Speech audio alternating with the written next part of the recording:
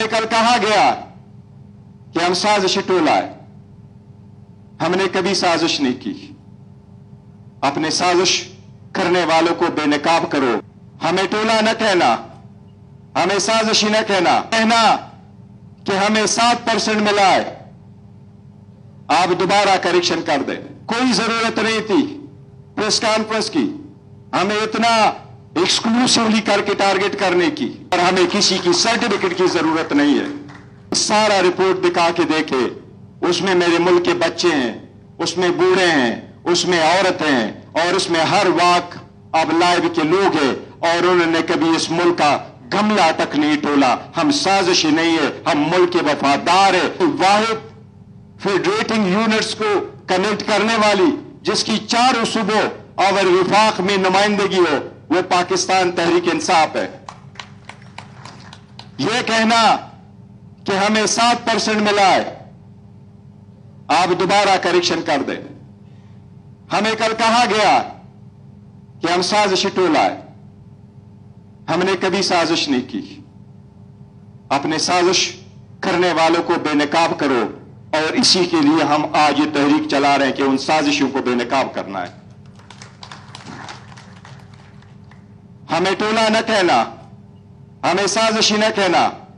अब आपको अच्छा एक्चुअल फिगर देता हूं। हुकूमत खत्म होने के बाद मिलियन लोग निकले, इमरान खान साहब के सपोर्ट में निकले, इस नजरिए के सपोर्ट में लिखने, आईन और कानून और इंसाफ की बालादस्ती के लिए निकले।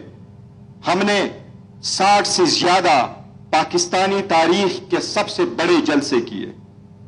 हमने इस मुल्क में 300 से ज्यादा कन्वेंशनें की, 500 से ज्यादा रैलीज हमने निकाली, और इस सब में हम आपको ये कह रहे हैं कि सारा रिपोर्ट दिखा के देखे, उसमें मेरे मुल्क के बच्चे हैं, उसमें बूढ़े हैं, उसमें औरतें हैं, और उसमें हर वाक अब लाइव के लोग हैं, और उन्होंने कभी इस मुल्क का गमला तक नहीं टोला। हम साजिशी नहीं है, हम मुल्क के वफादार है, और इंशाल्लाह वफादार रहेंगे, और हमें किसी की सर्टिफिकेट की जरूरत नहीं है।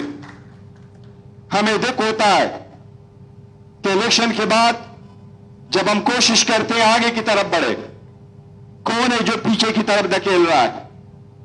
आपको पाकिस्तान तहरीक इंसाफ का असल मौके बयान कर चुके, मैं रिमाइंड करवा रहा हूं, मैं 9 पे कोई जरूरत नहीं थी प्रेस कॉन्फ्रेंस की, हमें इतना एक्सक्लूसिवली करके टारगेट करने की। इजहार करूंगा कि जो टॉपिक आज रखा गया है, तहफ़्फ़ुज़ आईन पाकिस्तान, आज ये सबसे इंपॉर्टेंट मौजू है, क्योंकि जब भी तहरीकें चला करती थी तो उन दिनों में चला करती थी जब मुल्क में मार्शल लॉ हुआ करता था और आईन करता था। लेकिन आज अफसोस के साथ हम यहां खड़े हैं कि बज़ाहिर तो कहा जाता है कि यहां डेमोक्रेसी है और आईन इनफैक्ट है, पर उसके तहफ़्फ़ुज़ के लिए हम निकले हैं, क्योंकि अमल दरामद आईन पे अमलन खत्म हो चुका है। पूरी दुनिया की तारीख उठा के देखें, सारी दुनिया कहती है रवंडा तो एक अलग है, क्यों सेंट्रल हुकूमत खत्म हो गई थी या आईन न होने की वजह से। सदाम हुसैन भी एक मर्तबा ऐसा किया करता था, जब भी इलेक्शन करवाता था 99% वोट लिया करता था। आज से 2001 में जब अर्जेंटीना बैंकरप्ट हुआ तो दुनिया इस बात पे फिक्रमंद थी कि 100 साल पहले जो दुनिया का छठा अमीर तरीन मुल्क हुआ करता था, वो बैंकरप्ट क्यों हुआ। अमेरिकन कांग्रेस ने सुप्रीम कोर्ट के जजेस को बुलाया, और सुप्रीम कोर्ट कांग्रेस में सुप्रीम कोर्ट के जजेस को बुलाया जाता है कमेटी में।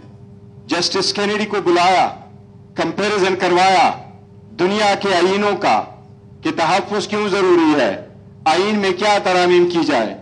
आप इसकी इंटरप्रिटेशन करते हैं तो हम क्या स्टेप ले ले।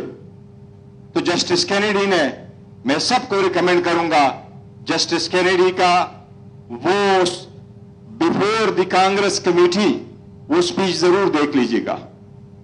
उसने सबसे पहले ये कहा कि बुनियादी हकूक अगर आपका मुल्क बचा सकता होता اور ملک بنیادی حقوق آئین پہ ہوتے تو اگر بچنا تھا تو سب سے پہلے یو ایس ایس آر بچتا، کیونکہ اس نے کمپیریزن کروائے کہ بنیادی حقوق یو ایس کے کنسٹیٹیوشن سے زیادہ یو ایس ایس آر کے کنسٹیٹیوشن میں موجود تھے۔